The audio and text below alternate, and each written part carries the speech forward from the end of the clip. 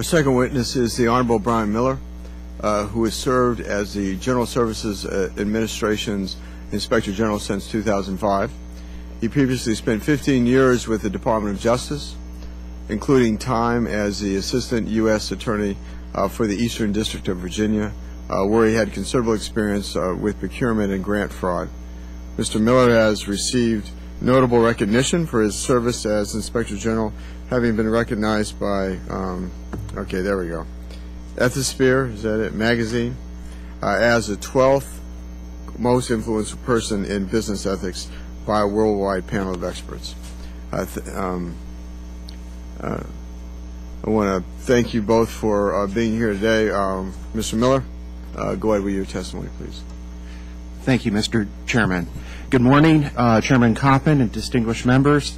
Thank you for inviting me here to testify this morning. Let me acknowledge from the outset that I am not an expert in small business matters, but my office plays a role in investigating small business fraud in the programs administered by the General Services Administration. From our investigations, we have seen two major types of schemes to obtain small business contracts. First, individuals falsely claim to meet small business eligibility requirements, such as size. Second, they fraudulently use an eligible small business as a pass-through or front, so that an ineligible company can perform the work and collect most of the taxpayer dollars, usually kicking back a small percentage to the eligible small business.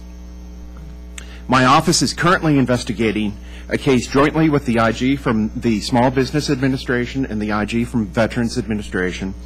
The indictment alleges that the defendants made false statements to meet service-disabled, veteran-owned small business eligibility requirements. The defendants obtained more than $6 million in federal contracts as a service-disabled veteran small business.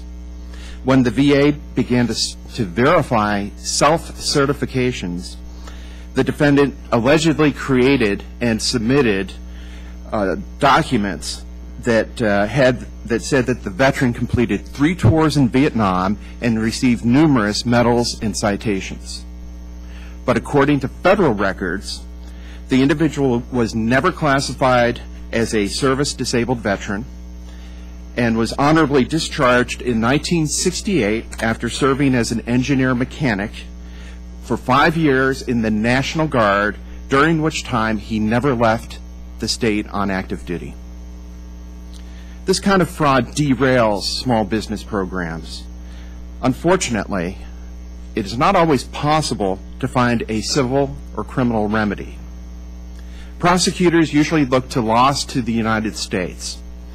When the government has received goods and services, even from an ineligible company, it's very difficult to prove a monetary loss to the government.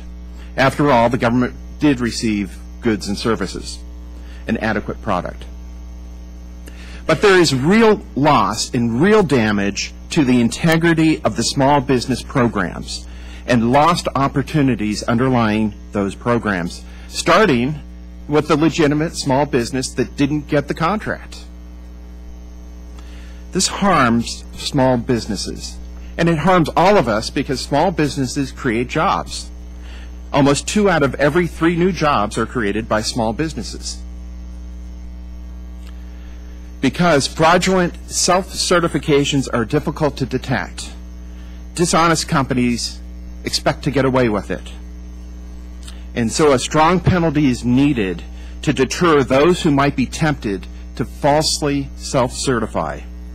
The greater the temptation to commit a crime and the smaller the chance of detection, the more severe the penalty must be.